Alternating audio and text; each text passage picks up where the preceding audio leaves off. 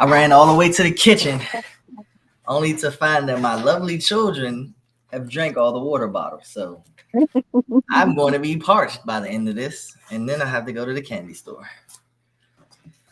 That All sounds right, good good. morning. Good morning, y'all. I would say good morning to Shanice, but you guys know our relationship. Don't like her. A lot. You lie so much. Are you going back live? Yeah. All right.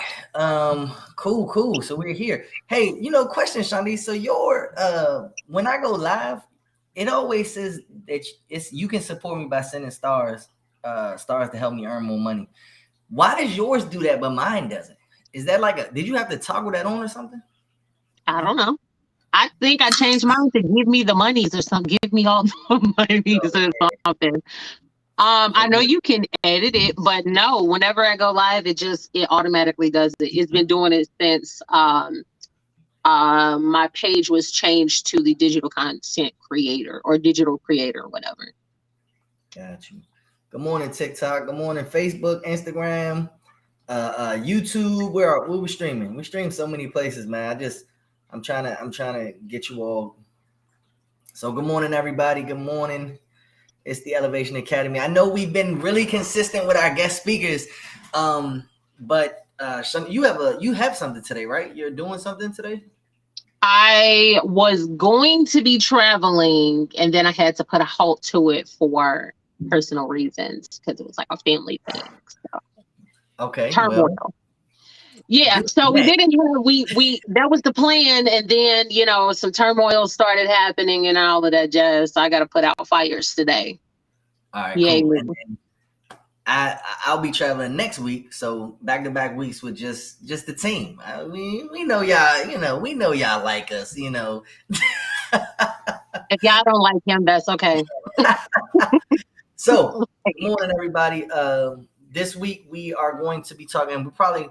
And this is on me. I'll do a better job of giving you guys the topics beforehand. I know we kind of freestyle. I freestyle a lot. My team is working on giving me a schedule so that way it can be like, hey, Monday, Tuesday, Thursday, Friday, we have everything situated. This is what we're going to talk about. That way you guys can be informed. We can talk about credit. We can talk about starting up businesses. We can talk about how to make $100,000 in credit. It's like a plethora of things that we can talk about and help you guys with. I don't want to just surprise you all and just be having these random topics pop up and you're like, oh, I don't care about life insurance. I don't care about if people want to see something in particular for the days that we don't have guest speakers, let us know. We'll talk about whatever y'all want to talk about. We, don't have a topic necessarily set for today, but if you guys want to take the conversation somewhere, as long as it's not like grimy or nothing, Right. All right. So we do have some preset topics. We're going to hit these topics and you guys can let us know, like, hey, ask the questions like you normally do. If you guys have questions, we'll pause as we always do and answer your questions live. We're kind of going to be diving into the entrepreneur world, the business owner world, or new business owner world. If you guys are entrepreneurs, if you're new business owners, if you're planning on becoming an entrepreneur, if you're planning on starting a business, all the do's and don'ts. I won't even say all because it's things that we don't even know yet. We're always learning. But we want to touch on a bunch of do's and don'ts when it comes to starting your business. And a lot of these things, well, I'll say all of these things you should have established within the first month of starting your business. I'm not talking about the first year. A lot of people are like, oh, businesses fail in the first year. Yeah, they do. But that's because the first month or even pre-business, you don't have these things done. So the first thing we can start with is confidence. Like confidence is crazy. Like we talk to so many business owners, and that's the first thing they lack, or the primary thing, primary KP, get it out. Primary. Say it again. Primary.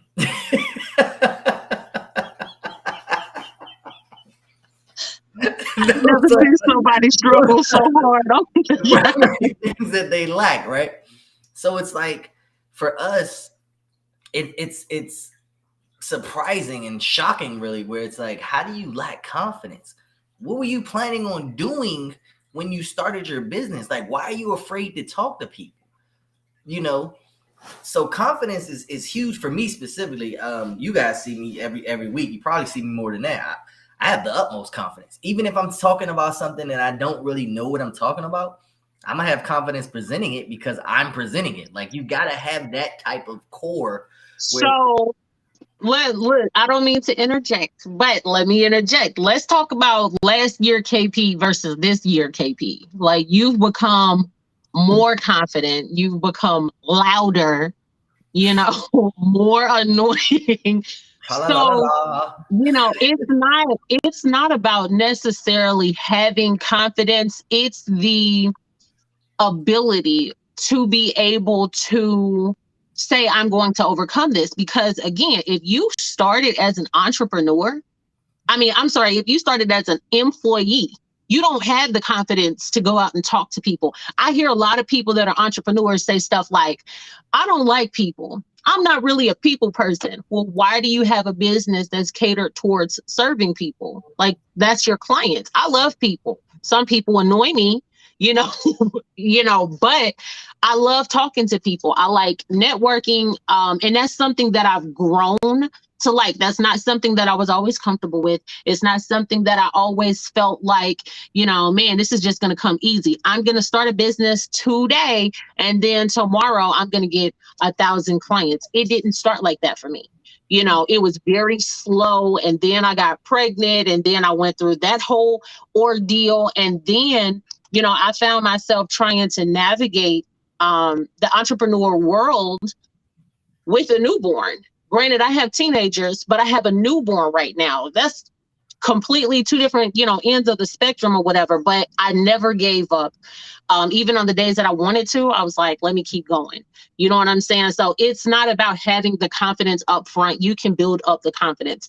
Get around people that are entrepreneurs, get around people that like talking, observe them for a while, even if that's where you feel comfortable, but you have to be comfortable with being uncomfortable until it feels natural.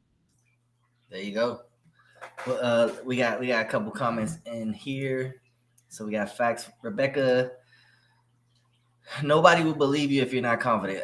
Exactly. So that's true. When Shanice just touched on the last year KP, hell, let's rewind it 3 years back.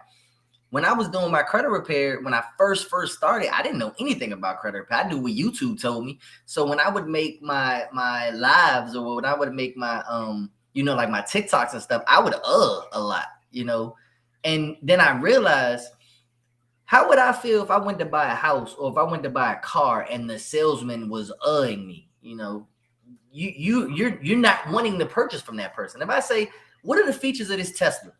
And he's like, well, I think it's got. I don't need what you think. I need to know, like, what are the features of this car, bro? I'm buying this for my family. Like, is it the auto drive? Is do the seatbelts eject? Am I gonna get shot out of the car? I'm pretty sure you do. Like, having that confidence, and with confidence, and what I'll say for me, not for everybody, but my confidence is gained through my education, because I speak to so many people, and I try my best to help so many people. I need to make sure I'm educated, so what I'm teaching you all, or what I'm saying to you all, is the truth. And there have been times where I've been corrected. Hell, Shanice corrects me all the time. Like, about if I say, hey, yo, I just did XYZ, I'm about to make a reel about it. She'd be like, nah, I don't think that's the right way to do it. You just got lucky. So it's like, okay, well, let me vet this information real quick. And then I'm confident because now I have, proof, somebody that checked me before I even got it out. And now I have, more to stand on. Like, all right, cool. Mm-hmm. She said it was good. When it comes to consumer law, I run it past Shanice first. As soon as she give me the green light, I'm running with it. If it's something like, I'll give you guys a personal example. My barber Hold on, JP, I'm gonna step away for just 1 second. AJ need me. All right. So let's say a barber shop, right? So we have a CRM. My barber's like, yeah, man, he wants me to build out his funnel for his barbershop, like to have a custom calendar set up for all of his barbers. He owns 3 barbershops. He wants to have one unison calendar with all of them on there. And I was having to talk to him like, okay, well, I think it's possible, but let me go in the software to make sure that we can sync all you guys to the same calendar. How do you want availability to be? He's like, well, everybody has different availabilities. And I'm like, well, why don't you give them all individual calendars? And he was like, nah, I'm pretty sure you could put everybody on one calendar. So, okay, cool. He thinks that. Let me go research it. I'm researching it. And then I found that you can have multiple people of a team on the same calendar with individual availabilities. Now that I know that, that's information that I can get out to you guys. Hell, I might be talking to an entrepreneur, you guys on TikTok, you guys on Facebook, YouTube, on any streaming platform. If you're an entrepreneur and you have a team, maybe a sales team, maybe an appointment setting team, maybe a team of barbers, hair salon, you can have one calendar for your company and have all the team members on that calendar with their individual availability. So he has a barber that doesn't cut on Tuesdays. They're still going to share that calendar, but if somebody needs to be cut on Tuesday, his name won't appear on the list, And that's a pretty cool feature. But by me doing my research and me finding out, okay, this is what my software can do. Now, when I go get my cut in a week from now, I'm going to go in there with confidence. Like, yo, listen, guess what I found out, JP? You could do boom, boom, boom, boom, boom. And now I'm more confident presenting it as where I was kind of questioning myself the first time. So, it's good. Plus having a team helps. Like I said, Shanice helps me with all things consumer law. Like, look, I know credit, but when I met my business partner, I realized that I don't really know credit. Like, and not I don't know credit, but when I tell y'all, she critiques everything. I mean, she always wants to sue too. You guys know that. So it's like, I'll have an issue with an inquiry and she like, sue him. I'm like, damn, why am I suing him? Because XYZ. I'll be like, oh, I was just going to get it removed. Because I want the money. Give me the check. Like, I'd be upset when I get the deletion, over being able to sue, but all of that is like, knowing the law, knowing rights and what should be there, what shouldn't, and then you use their words against them. You don't try to tell the story. You let them tell it, and then you point out the violations. Easy check. Marcus said charisma is like an on and off switch. But what was the switch that you pushed? Wait, hold on. Am I reading this right? Charisma is like an on and off switch. But what was the switch that pushed you towards people? Oh, you said the switch that pushed me toward people to like helping people? Honestly, and I tell y'all this story every so few months. My initial goal was not to help you all. I'm not even going to sugarcoat it. My initial goal was to help me. Like, I fixed my credit because, I had bad credit. And then I realized through fixing my credit, so many other people had bad credit. And I just so happened to fix my siblings, fix my mom. And I was like, well, damn, this, I don't want to keep cussing, but this shit easy. You know what I'm saying? I was like, this shit ain't that hard. I think, our shit, we banging 700. We a 700 family. Hell, a 700 relationship. We a 700 family. So, doing that. And then my mom was like, she had a couple friends, they'll pay you. And this was before I had my business. And I fixed theirs.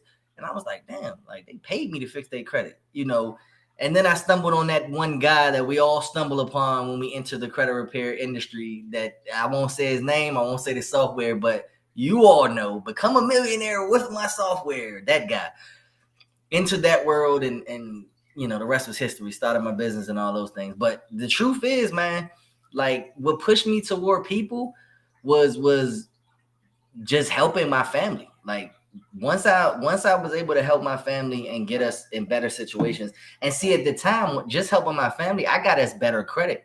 I didn't have the financial literacy.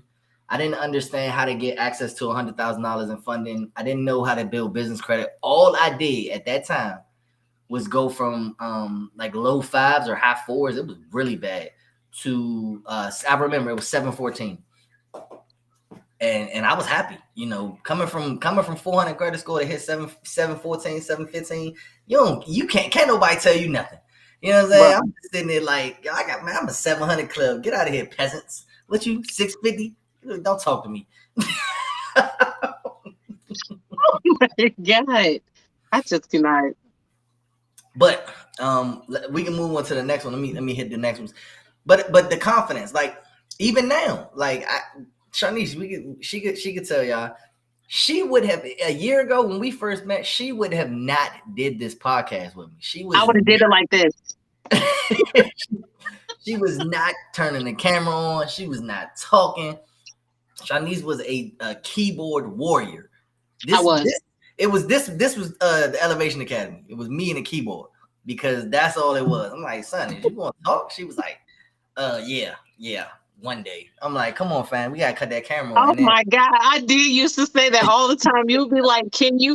What was that? We were doing the accountability Zooms, and you were like, turn the camera. I don't care if you turn it on just while you talking. Turn the camera on. Get comfortable. I was like, I ain't doing none of that. I don't want nobody to see me. What if my hair messed up? What if I got food in my teeth? I made every excuse in the book not to turn my camera on. And I started in our accountability zones with the group. And then I kind of like transitioned to doing like little like goofy TikToks or whatever. Not TikToks, but goofy Snapchats or whatever, with like all the crazy filters and stuff like that. So for me, that's how I built my confidence behind the camera. And then I was like, you know what? I'm still not gonna wear no makeup, but like I'm just gonna go on her semi, decent. Huh? I got one from TikTok. I want you to answer, because it kind of help. It's kind of point to you. It says, okay. I'm very introverted, but I want to start a business. How can I build confidence? I don't know where to start. Start with people that are entrepreneurs. Talk to them, see what they're doing. You can be observant. You can kind of just watch how they are, how they interact, and in private replicate that stuff. So if you have a fear of going live, start with, again, I started with Snapchat. I would do like the 1 minute or, like gag reels or whatever, doing something goofy until I was able to kind of laugh at myself. And then after that, it was like, you know what? Okay, maybe I can, post this one. And then I went ahead and I hit the post button, and I was like, oh my God, the world didn't end. I'm still here. Nobody's like laughing at me and things like that or whatever. But for the most part, being around people that were comfortable behind the camera is what made me become a little more confident. Do I know my stuff? I absolutely know my stuff. So if you want to be an entrepreneur, I want you to think about what it is that that's really, really good, and you could talk for hours about it. That's how you display confidence. Don't come on here talking about repairing an engine and you don't know the first thing, with connecting cords and things like that. Don't tell me how to assemble something and you don't have the education, so to speak, or the experience, right? So start with the experience that gives you the confidence, and then whatever it is, you can kind of transition into all of that other things. Don't try to go for the big, start small. Just get started, is literally my advice. KP's always saying like, you can always send us a message or something like that. We have two free groups actually. Join either one of them, for whatever reason, and kind of get a sense of the room, so to speak. One of them we're transitioning into to be more active, but you know, just join communities, get around like-minded people. Entrepreneurs need to be around entrepreneurs. You can't be, I'm not gonna say you can't be an entrepreneur with employees, but employees tend to be very closed-minded and set in their way for that particular job. So who do you want to be like? Get around those people. We talked about this yesterday with me, with growth. Like when you're starting out, and this is back, I think her name was something Chavez. I'm sorry that I didn't write the name down, but with your growth. So when you're first starting out, you want to get in a group with people that are just starting out, because you're all going to encounter the same problems. You can build a trusting relationship with people that are in the same within the same industry. This is where people mess up. You don't have to go and find people in other industries. How can someone that is not in your industry help you in your industry? People look at it like, oh man, we're in the same industry, we're competition. That's not the case. We in the same industry, and we got a business together now, and it's like, you know what I'm saying? Being in the same industry does not hurt you, especially when we have millions and millions of Americans. There is no specific industry where one company reigns supreme over, other than Amazon. Don't get it twisted. Amazon. I'm coming for them. Yeah. I'm coming for their head now. So it's like, plus it's so many different factors to you that make you that other people will never have, that other people cannot have. Like, and I'm talking about getting down to the nitty gritty, like the common thing between us. I'm a man, she's a woman. Boom. That alone separates us. Our nationalities, that separates us. Well, we're both married. We both have children. So let's say I didn't have children, like her being a parent, that will separate you from other business owners. It's so many different things that can separate you from somebody else, even if they're in the same industry as you. So stop worrying about it. One thing my mentor told me, yes, I have a mentor. I am a mentor and I have a mentor. You should always be learning. But one thing my mentor told me in our class was, damn, what I was saying it and I lost train of thought when I wow. You didn't write it down? Because I love saying it, but I can't. I don't even remember what I was talking about. Like my brain just exploded just now.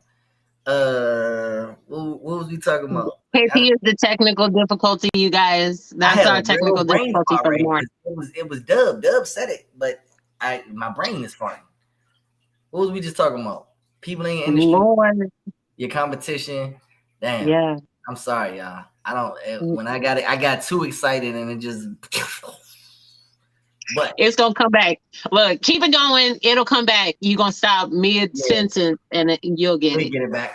All right, so let's move on. Let's move on. TikTok. We got Tiff on here. We got Tiff in 2 weeks, y'all. Listen, if y'all need phone cases, tap in. So the next thing I got is consistency.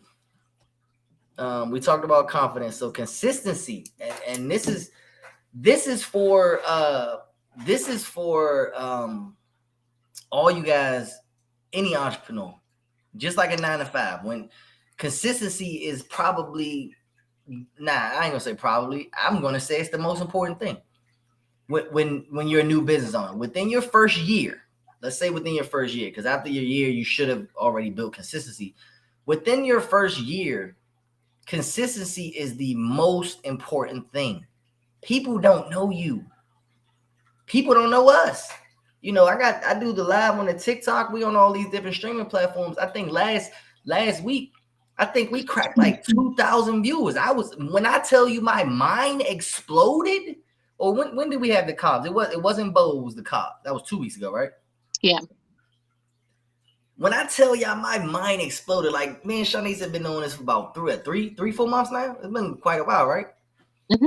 And it's been a little. We always consistent with the Wednesdays, but it's like maybe 100 viewers. We might have like 200 on TikTok. We might get like 10 viewers from Facebook. Small numbers, but we're happy. We're teaching. We're helping. to see that number skyrocket to 2,000, I was like, all eyes on me. I didn't know we had that many people because I can only see two different locations. I don't know how many people are actually watching us, and it really helps, and it shows like with your consistency, people build that trust. You want these random strangers to trust you to buy from you. Like, flip the role, roles reverse. Like, and that's one thing that a lot of entrepreneurs don't do, and I don't understand why. But reverse the roles. If you saw someone doing whatever you're doing and they only posted once every other week, would you buy from them? Because I wouldn't. Specifically in our industry, credit repair is already looked at as like the highest level of scam. So it's like, even though we're doing it legit, have legit businesses, licensed, bonded, insured, and all the things that you need to be, people still look at us as that's the scam. I had a friend reach out to me and ask me, like, "Are you scamming?" I'm like, "No." Like, and this was a super long time friend. The industry that you pick, a lot of people are just going to have this preconceived, notion of what it is that you're doing. I don't do anything illegal. Because the laws are written in your favors. You know what I mean? So as long as you know it, you can fight by the book or whatever. But people, because typically when people come to this particular industry, they want fast. I want my stuff deleted 3 weeks ago. I know I hired you today, but get on it. I need my credit score to be at 800 tomorrow so I could go get this house. Marcus, that build up was amazing. Wow, I hate to see it. Talking about my brain fart. Sorry. I don't know, y'all. Like, I had it there. It was like I was excited to present it, and then it was like Mario running into a Goomba. It was like Tabitha says you have a mentor. Yeah, Tabitha, listen. So does Shanice. Like, you gotta look at it like this. When you feel like you've made it, that's when you hurt yourself the most. Exactly. Because, like, now you're not even trying to learn anymore. You're stunting your growth. I'm at the top. We're good. Like, even my mentor has a mentor. Like, you never stop learning.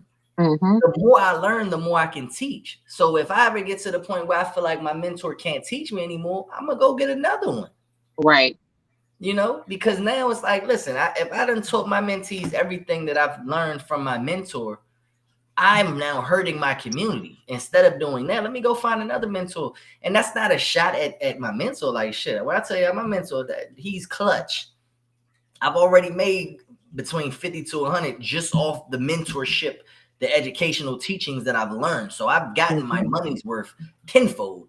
But if he ever was to stop mentoring me to the point where I felt like, okay, I'm maxed out here, I'm gonna go find another mentor, and there's nothing wrong with that. Just like our mentees, if our mentees feel like, okay, cool, we know how to sue, we know how to scale our business, we're fully automated, we have everything that the academy taught us, and they move on to the next one.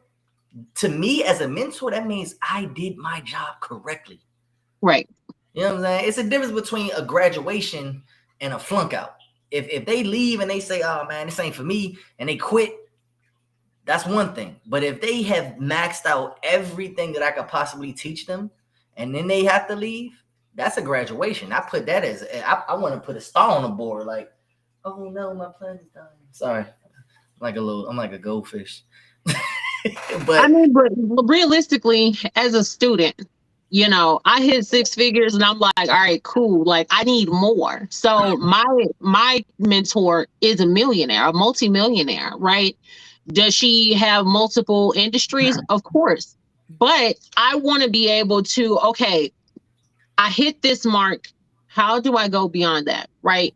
How do I take my business to the next level? What can you teach me that I don't already know, right? So I want to go higher. If I have, an 8-figure coach, a 9-figure coach, or whatever the case is, I'm going to keep going up every single time because I want to learn. You can have more than one mentor. You don't have to have just one. I feel like if you have, and this is me personally, you have one mentor, you have a very narrow learning journey, right? Have different, mentors, different in different industries or whatever, because all of them are going to have pieces to the puzzle that you need, and only certain minds will be able to bring all of that together to make it bigger and or better, right? You always want to outgrow your mentor, and that's nothing negative to your mentor. If you are a mentor and your students do not surpass you, that speaks volumes to you teaching, right? So if I have a student, I'm going to teach you everything that I want, that I know. Go past me, go beyond me, feel confident that you've learned enough to continue to go beyond me or whatever. If I had a student who was like, all right, I hit 6 figures, but I want to hit 1 million, I'm not going to be upset. I mean, hell, me too. Tell me where you, I might find one, if not the same person or whatever. But teachers are supposed to teach for you to outgrow them, not teach to just stay and hover under them indefinitely. You have to teach growth if you're a mentor, and then push for that. That's not going to be every student, but you do want to have, like KP said, a star on the board. You do want to have a couple stars under your belt. Hell, if we can get mentees that can surpass us, this is how I look at it, and how you all should look at it, or how mentors should look at it. If a mentee surpasses me and does better than me, guess what? Roles can be reversed now, because they're going to appreciate everything we did for them to get them to where they are. So guess what?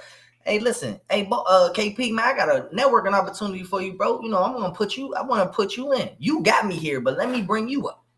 You know what I'm saying? Right. So for me, it's like, and I'm not saying that we're using anybody or they're using us, but we are now a family. You got me here. Like I said, my mentor got me 100,000. So if he hosts an event somewhere, it's like, you damn right I'm going. You know what I'm saying? I'm going because I know what I've gotten from that, and I know what he's taught me. So it's like, I appreciate that. And by me going to his event, that's putting more money in his pocket from me paying for the event, obviously. And that's how it works. It's like, he got me here, so I 100% want to go. I made him an extra $1,500, $2,000 for attending his event. Even if and I'm not gonna say I won't learn anything, because I'm always learning, but let's say even if I don't learn anything more at the event, the type of person I am, I'm networking. So just the networking opportunities alone, I want to get in the room. I want to get in the room with other entrepreneurs. I want to get in the room with millionaires and billionaires. I need to be with people that are making $100,000 months, so I can understand how to have $100,000 months. If I'm making $50K a month and I'm hanging with people that are making $50K a year, and I'm not, this isn't a shot at your circle or anything, but if I'm hanging with people that are not, I guess, not in your tax bracket, or however you want to say it, how can you expect to excel from that? Who's teaching you to get past where you are if no one's past where you are? So I'm not gonna say people in your tax bracket, but more so get around people that you want to be like, and never be the smartest person in the room. That's how I personally would go about that. I want to be around people that I don't want 6-figure, entrepreneurs. I'm not gonna say necessarily around me, because obviously they're not bad people. Hopefully they ain't bad, but I want to have those as friends. But the people that I'm going to look up to and aspire to be like, I want them to have more than tenfold what I have, right? I want them to be the millionaires and the billionaires, and I'll continue to network. Sometimes it's not about getting in the room just to learn something from that particular event. You get in the room for the networking opportunities. And that's what a lot of employees don't understand. They be like, I paid, $2,000 for this event, or whatever the cost is, and I didn't learn anything. Well, how much networking did you do? If you know that you're going and you know a huge enough amount about whatever it is that you're talking about, go there for the networking opportunity. Those relationships that you build, those are priceless. You never know what's going to come down the pipeline from that stuff. All right. So we're pushing. That was consistency. Brian is here. That's one of the mentees. That's A. What's up, B? Hi, B. We got the next one is fear So these are kind of a 1A and a 1B. It's fear of success and fear of failure. So Shanice, you can touch on the fear of success, and then I'll touch on the fear of failure. So fear of Um, I, success. so fear of success for me, I think, is more like oh God, I keep saying entrepreneur. It's a employee mindset. Some people are scared. I personally suffered from this. When I first started, I was like, oh my God, I'm gonna do this. I'm gonna put it together, and then what if it don't take off? And then on the other side, it's like, okay, well, what if it does take off? Am I really, the person that everybody said that I'm not? I've been down talked, I've been degraded and stuff by family members, told that I would never be able to, hit six figures, hit seven figures, and all of this stuff or whatever. And that was more scary than actually doing everything. It was like, okay, well, what if I do it and I hit seven figures? Then it's like, oh my God, I was terrified of basically becoming successful, which sounds crazy as hell, especially when you want to be an entrepreneur or whatever, because then it's like I've spent my entire life being identified by what other people want to identify me as, right? And so now that I'm no longer that, who am I? So now I have to reinvent myself. What does that look like? What does seven figure, Sharnice look like? That's going to be my new name. I'm changing my name at the bottom, bottom of the screen, seven figure Sharnice. Yeah, but what does it look like? You have to be able to see yourself, and then accept what's going to come from that. Because I promise you, like, people are like, do the affirmations and things like that, and meditate, and you can essentially bring everything to you. And I'm like, yeah, but what do you do when you get it? Some people self-sabotage. When they get really good things, they sabotage it. That's fear of success. What if it works? I don't know how or what that would look like if it works. Is it going to be good? Is it going to be bad? Even though fear of success and fear of failure are kind of the same thing, they're on the different opposite ends of everything. Because fear of success is literally all about reinventing yourself. Then most people don't know who they want to be, so they don't know how to be. Then they start sabotaging stuff and like that, flunk out before they really even give themselves a chance. And then they may never even reach that level again. So, and I never understood it until she started explaining it. Like, I never understood fear of failure. Fear of success. Fear of failure to me, or how I look at it, is you guys are so afraid to lose or so afraid to fail that you never even try.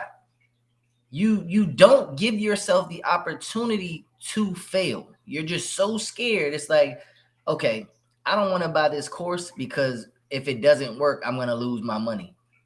What? Like that, obviously, that's how everything is. If I buy a mentorship, what if it doesn't work? If I buy a course, if I invest into the stock market, there's so many things that can go wrong. But if I live in fear and I understand, like, okay, well, what happens if this is wrong? And it's nothing wrong with having that thought, but what's wrong is having it stop you from doing anything. Because I can tell you right now, hell, my wife, she protects us all the time. Like, I go kayaking and all types of stuff. And my first thought is, let me jump in the water and swim to the shore. Well, babe, what if there's a gator right there?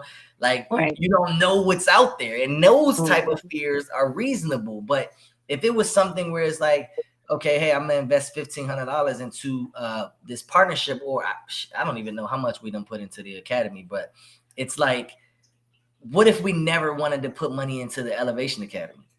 We wouldn't be where we are now. If I was afraid to get it started, I would never be where I am now with the academy, at least. It's like you are so afraid to fail that you never give yourself the opportunity to win. You don't give yourself the opportunity to succeed. You stop it before it starts, which hurts a lot of entrepreneurs. Somebody said that's so true. Yeah, like it's crazy because it doesn't matter what it is, whatever industry you guys are in. I know a lot of people we talk to are specifically in credit repair, but let's say you never started your business. What if Elon Musk never started Tesla?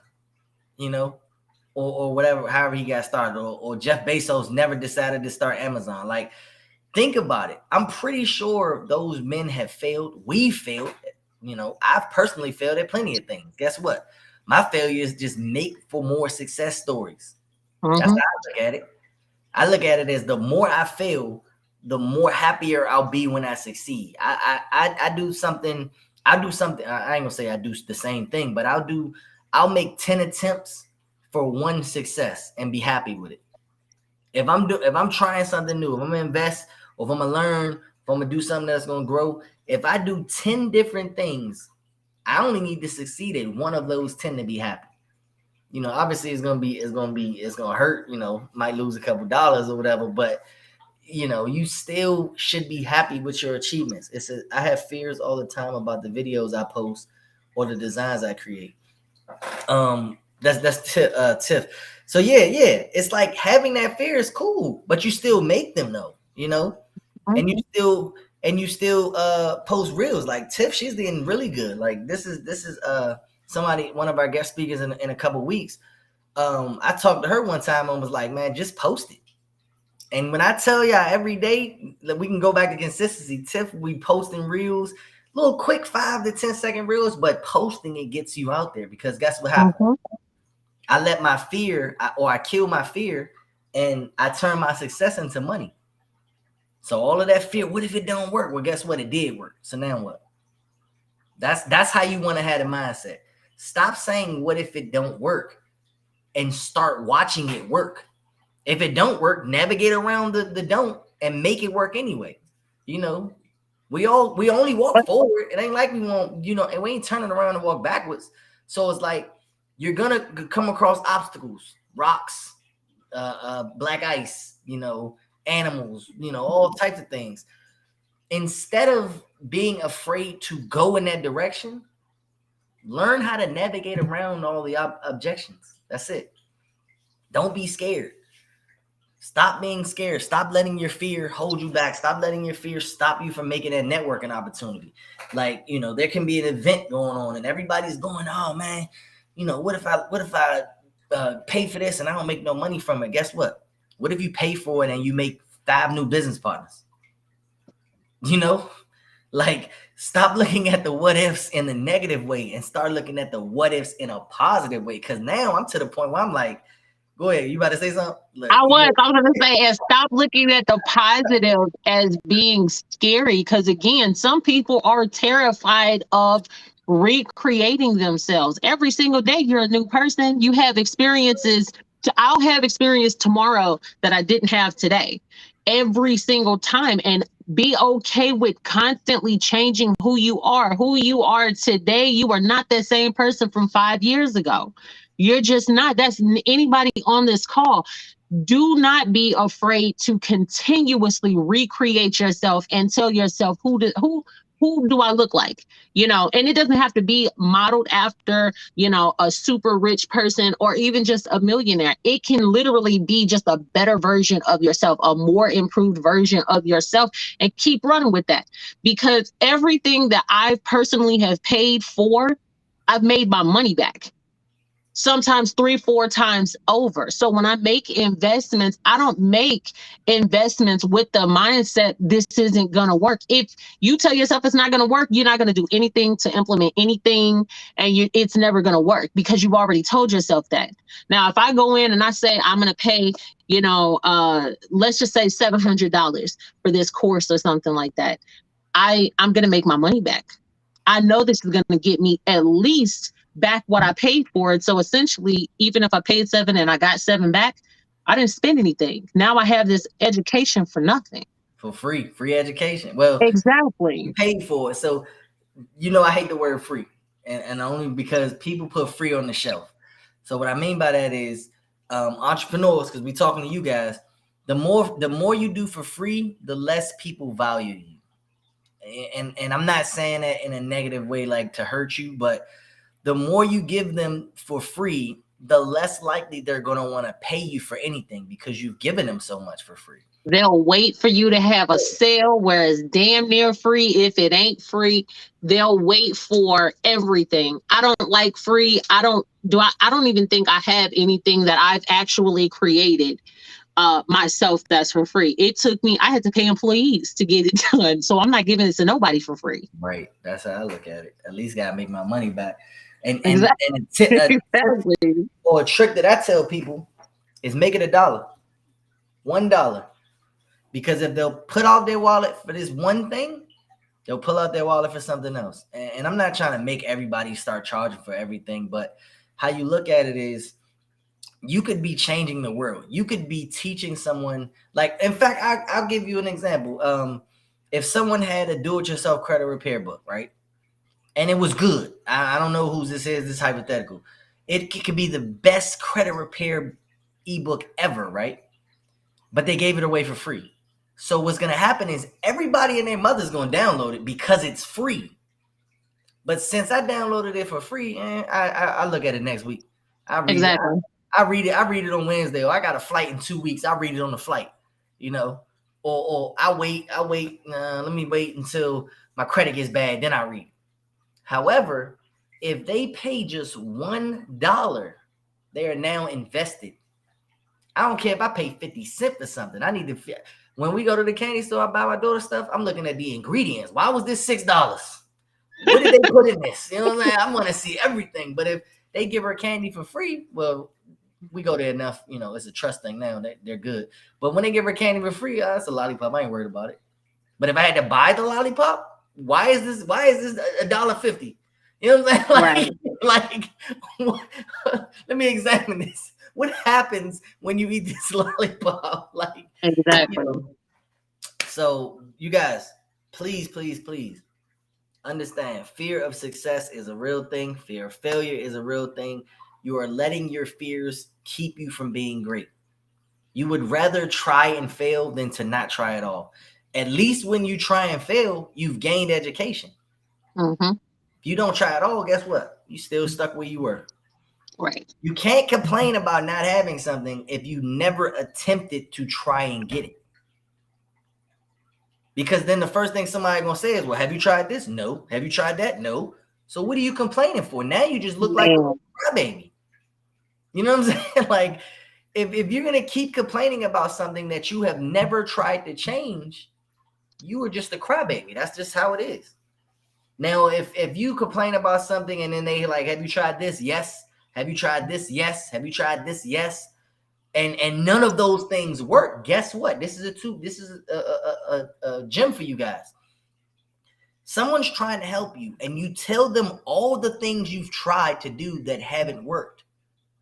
Chances are, if they know something else, they'll tell you what it is. Mm-hmm. But if you say no to the first 2 or 3 things, they're at the point where they're like, well, I'm not helping you. Then you haven't even tried anything to know if it don't work. Why would I help you? You know, if me and Shanice is talking and I say, yo, I got this inquiry and it's killing me. First thing she gonna say is, how did you try to attack it? I did this, I did that, I did this, I did that. And then she gonna be like, well, why didn't you do this? Oh, shit, I forgot. Let me try that. Boom. I failed. And I got advice on something that I didn't try. But if she asks me, have you tried attacking it? And I'm like, nah, I just sent in 1 letter. She'd cuss me out, y'all. Or hang up, get off my phone, leave me alone. Calling me, all you did was send 1 letter, get out of here. And legit, that's how it is. So stop with the being afraid. Like, until you try it and have failed, and my number is 10. I just got that number out of the blue. You guys can have a smaller number, you can have a higher number, but until I fail something 10 times before I succeed, I'm keep trying. And that's just KP's internal. It's like, shit.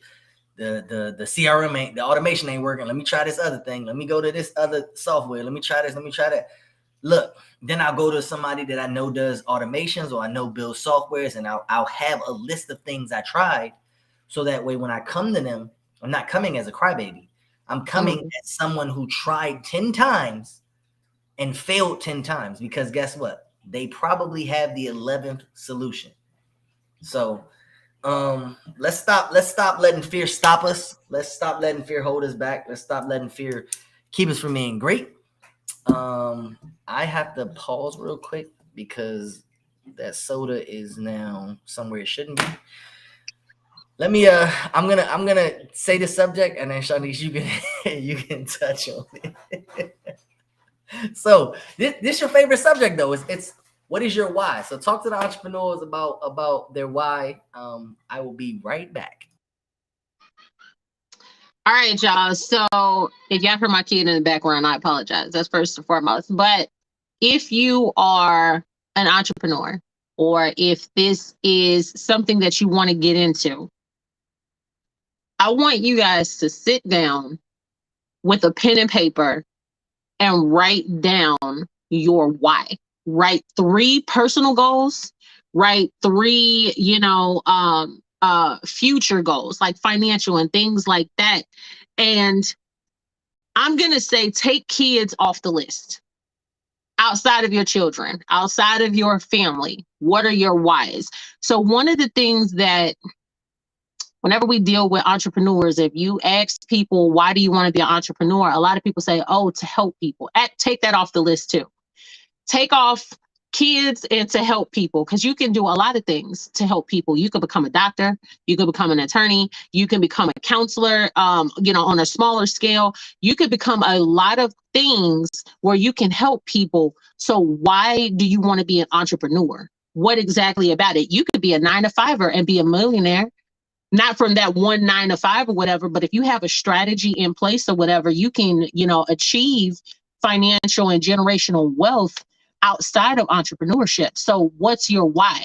On the days that you feel like I'm ready to give up, because I've had these days, I think I told KP yesterday, I've wanted to give up. I'd be like, you know what? I'm tapping out. I'm done. I ain't doing this no more. I don't want to deal with anybody or whatever. Just having my own internal issues, but what is going to push you beyond those days?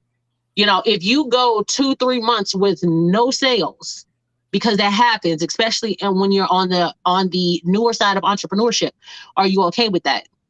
Are you okay with still being consistent, still being persistent, still pushing, still networking, still talking to people, still trying to get your name out there? And again, you went a whole quarter with no type of money.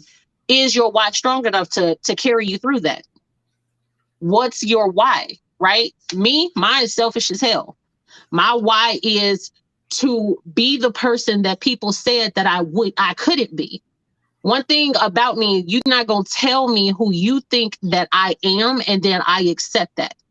Mine is extremely selfish. The benefits are my children, profit or, prosper from that. They see me goal driven, right? So even when I hit that level, I'm going to in makeup mentally something that's going to push me beyond that. All right, they said that I couldn't hit 7 figures. So I hit 7 figures. Now let me hit 8. Now let me hit 9, right? Let me get somewhere in the world and have a circle that is so far different from, what people said that I was when I was down here making what I think I was 35,000 a year. I'm not that same person anymore. And realistically, a lot of people never saw me at that level because, when I was my first job, I was making 35,000. I picked up another full-time job just because I didn't want to be what everybody else said. You're not going to put your expectations and your vision for the future on me and then it stick. I don't let people, tell me what they want me to hear and then be like, okay, yeah, that's who I am. Right. So I did have, I was fearful at first. My wife pushed me beyond that because I didn't post a lot. Then I started posting. Then I was scared that I was going to be successful because now, what does that look like? And I kept talking to myself and watching, a lot of other people push past that. And in my head, I don't think that I'm better than anybody, but in my head, I was like, I'm better than those people or whatever. I could do that. It's not that hard. It's difficult. It's super difficult. And I got nothing but respect for those people or whatever. But You have to constantly have a why that's going to persist through those days that you don't have any sales. That is not just for your kids. Because if it's for your kids, if you just want to make sure that they're set, you can go and get a 6-figure job. You can be, a consultant for companies. If you have 5 to 10 years experience doing something, you can become a contractor.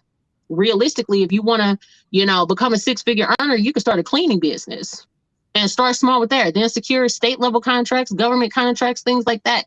You can get the 6 figures if you want it. You know what I'm saying? How do you get beyond that? You can have generational wealth, but how do you get beyond that? Right? Is your why 6 figures? Shit. If it is it 250,000 a year, that's fine. But can your why carry you from where you are right now to where you see yourself? And then do you stop yourself when you hit that? So what if you hit, $500,000 tomorrow? Is that it? Right.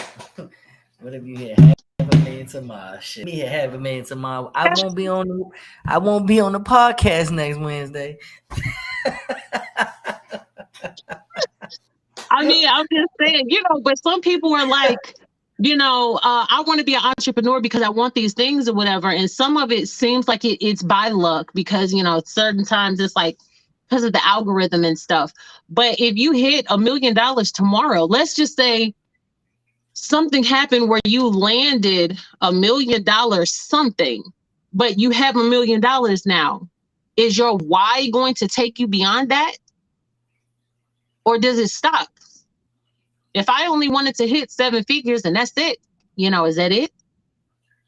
Does your why carry you beyond that? Because realistically, $1 million, I'm assuming, you have somebody that's really good that can, do the taxes and all of that, talk to your accountant. But is that enough? That's more than enough to invest. That's more than enough to leave for your kids. That's more than enough to put in a 529 plan. That's more than enough for you to set up insurance. That's more than enough for you to do all of these things. So if you get that, is that enough? Will you be content? I won't. You know what I'm saying? But everybody doesn't have the same goals in life. KP, what's your magic number? What number you stopping at? What's that Big Sean song? Why would I stop? I don't have no magic number. I'm not stopping. I have 6 children, everyone. For all of you that did not already know this, that means my magic number is infinity. Mm-hmm. Unfortunately, there is no magic number because the more my number goes up, the older my kids will get, and the more their number will go up. So my number is infinity. But no, truthfully, yeah, I don't really have a number. Like you said this like 30 minutes ago, but like my first goal was just to make $10,000 in a month. When I hit that, it was like, damn, I'm still broke. So I wanted to make $100,000 in a year. I hit that and I was like, damn, I'm still broke. So then I wanted to make $500,000. I hit that and I was like, damn, like, I mean, I'm not broke anymore, but I don't feel rich. So it's like so now my goal is for the $1 million, but I feel like, with the mindset change, it's like, okay, well, what's gonna happen when I hit the $1 million? Am I gonna still be hungry? Of course I'm gonna still be hungry. Like now when I hit the $1 million, I'm gonna want to make $100,000 a month. I'm gonna want to make $200,000 a month. I feel like once I make $1 million in a year, my next goal is gonna be figuring out how to make $1 million in a month. Like I'm not ever gonna stop. I have a drive. I have a hunger. My why is to be able to wake up with more money than I had yesterday. Just like, damn, double, half, even if it's 50% more. Yeah, the challenge is no longer about competing with other people. It becomes a personal thing. My why is to keep improving. Just because I'm better than I was a year ago, I'm better than I was, 3-4 years ago, does not mean that I am content, because I am 100% not content. My husband will tell you right now, like, I'll say this is what I want, and as soon as I get it, that's why didn't I get more? Why don't I have more of whatever? And it's not that I'm ungrateful. It's that I do come from a background where I was told that I wouldn't have a whole lot of stuff that I have now. And I achieved it for me with ease. Once I decided to set myself on that path, it came to me easy. Now it's like, all right, okay, now I got that. What's next? How do I get to the next level? You know what I'm saying? How do I hit the seven figures? How do I take, I have 5 or 6 things different, going on in my business. How do I, make $20,000 from each of those businesses? Right. You know what I'm saying? Like, I want more. Now that I hit that, I want, why didn't I make 30? Like KP would come to me and be like, I had a $4,000 day. Ooh, look at me. And I would be like, you stuck. Why you didn't get 5? Why you didn't get 8? And so I would That should push be crazy. him. I would remember push that. him to This is go last beyond year. that. Last year, that specific story, I think it was like what, 2,900 or something. It was like right under 3,000, and It she was, was like, and I was like, "You a you loser. stuck. You a Who loser." can't You see don't do that? it. And I was like, "Damn!" Like the fact that I have, business associates and partners that I could have fun with stuff like this. Like, just listen to the conversation. Why didn't you make $3,000 in a day? You're bad. Like, what? Was so mean. You know I what I'm was saying? relentless though. Like, you bragging, but it's 29. Oh, why didn't you get 3,000? Now he mad. So the next day he got to hit 3. Then why you didn't hit 35? Why you didn't, and realistically, I was, applauding him. I wouldn't tell him that, but it it pushed him, a little bit more. Get around people that see your potential. I told KP when we first started talking, like, a lot of people are going to view you as a threat. And this is just in entrepreneurship. And even if he wasn't at that moment, he became, to a lot of those people, he became the threat. He keep going past them. He don't care about anything, that anybody says or whatever, but he became who they said he was going to be on a positive note. He didn't do anything wrong or anything, but they made him the villain. And he was just like, he woke up one day and was like, I do not care. I'm going to keep going beyond this. I'm going to keep doing this. All of these people that were talking about him, though, were making a fraction of what he's making. And now we have this business, and it's like, this is where we are today, but we keep pushing each other to go beyond where we are today. If we know you're capable of making 2,500 in a day, double it. And it's possible, but you have to get around people that believe in you, that see your vision and can help you, better shape it. Your circle absolutely matters, your mentors and your circle. 1 second, guys.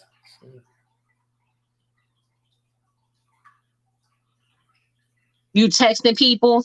Oh, you rude. I'm just No, it was Riddell. Riddell gets priority. Y'all know that. Oh, look. All right. Rodell the GOAT. All right. So we covered a lot. We're not done. Oh well, we are done. The last thing I got is webinar. Plus, we hit our hour. This y'all want to know something funny? We freestyled this whole thing. We literally came up with these topics like 10 minutes before the live started. It was like 5. It was 5 minutes. It was like, what do we do? We don't have a guest speaker. What are our topics? What are we going to do? We was mad. And then I went live in the in our Elevation Academy group, and we gave them a contest, and it was like, this is crazy. So it was fun.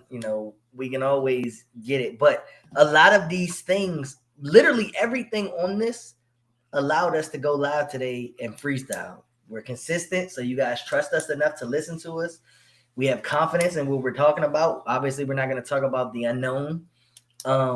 Fear of failure, fear of success, that's behind us. Nobody's afraid of anything over here. What's your why? We both have strong whys, so we know we have to get it done. Like, we could have panicked and canceled Wake Up Wednesday today because we didn't have a topic. But instead, we was like, you know what? Look, we're going to go on. We're going to freestyle. We're going to help people. And then we got people commenting from TikTok. You guys comment. We love you guys. You came in. It looked like it was heavy on the Facebook today. I know one time we had like a YouTube bot. We were talking to YouTube bots. It was just all over the place. But the last thing I got written down is the webinar. So if you guys don't already know, January 2nd, we are hosting a free webinar. Remember, I told y'all free gets put on the shelf, but this is a live webinar, so you're going to be in attendance. You can ask questions. You can get your questions answered right then and there and have everything you need. What we're covering in the webinar is how to obtain a 700 credit score. We're going to give you the step-by-step breakdown. How to get access to $100,000 in credit. We're going to give you the breakdown. And as a bonus, how to start a recession-proof business. That's the kicker. Like getting the education to get your 700 credit score, getting the education to get 100,000, and 100,000 is just the stock number. You definitely can get more in credit, but having those two things are great. But knowing what to do with them, such as the business, is the icing on the cake. We don't want to just get you guys to a 700. Like I said, when I was there, I didn't know what to do. I was just happy to be there. We want to get you guys put in the right situation where you can create a side hustle and put your side hustle on autopilot so you can keep your 9 to 5. We're not trying to get anybody out of their jobs. We're not trying to force anybody into entrepreneurship. What we're trying to do is teach financial literacy and show you all that living paycheck to paycheck is not it. That ain't it. Nobody should be living paycheck to paycheck. We got to get out of this cycle of struggle. We got to get out of this cycle of maxing out our credit cards and having bad credit scores. We got to get out of the cycle of using our credit when we don't have money. Like, we have to teach the importance of these things so we can get on the right track. And it all starts with this webinar. So if you guys are struggling, if you're living paycheck to paycheck, if you don't have a 700 credit score, if you have less than $100,000 in available credit, if you're looking to start a business, or if you already have a business and you're looking to scale it and grow it, tap into this webinar. I got the text link below. You can text 100K. You do not need the quotation marks. A lot of people, I've been looking at the conversation bar, and a lot of people have been putting the quotation marks at 100K. You literally just text 100K to the text number, y'all. It's 100K to 903-290-1485. Free webinar. You're not paying for nothing. It's 90 minutes of your time. Hear us out. We want to teach y'all. We giving y'all gems. Shanice going crazy with the credit. We teaching you guys exactly what you need to do to get a 700 credit score. Exactly what you need to do. And the banks. This is the kicker. And I'm going to have a list. I won't give y'all the number, but I'm going to have a list of banks and the order that you should be applying for them to get access to the 100K. So it's a lot. We can't force anybody to show up. Excuse me. We can't force anybody to show up. We're not gonna baby you. We're not gonna beg you. The opportunity is right here in your face. 100K to the number below. You can click either one of our links in our bios. The link is there. I don't know. Is the link in your bio? It better be in your bio. It might not be. Look, no, I have to update my link. I think it might be there. If you guys can't find the links, text 100K to the number. Go ahead and screenshot the screen. 903-290-1485. TikTok, I'm appreciating the likes. We're getting crazy. Thank you, Jamie. Jamie Tillman, thank you. Everybody that was asking us questions. Oh, shoot. You know what? I didn't do my apology. Instagram, I'm sorry. At the end, you can just leave it alone. Because the last couple of weeks, when we had the guest speaker, I had the extra phone and I had Instagram up.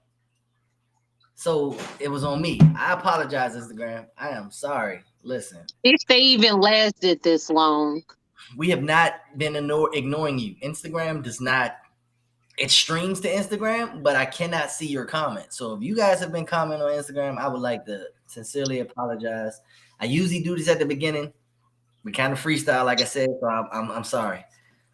TikTok, I appreciate all you guys. Thank you for the likes and the follows. YouTube, if you're watching this, chances are you already subscribed. If you're not subscribed, please subscribe to the Elevation Academy on YouTube. You guys, the Elevation Academy on YouTube. This is our logo. Shanice and AJ will be getting their shirts soon, so you'll be sent. Wait, how do I move my arm to the right? There you go. Yeah. All right, man. That's it. That is it. We're out.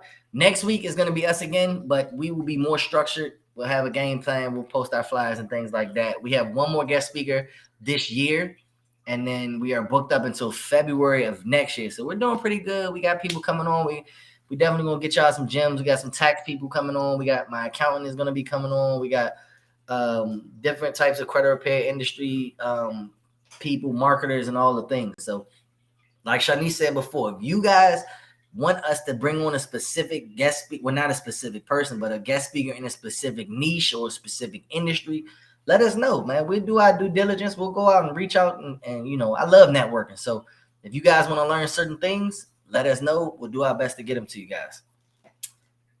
Peace.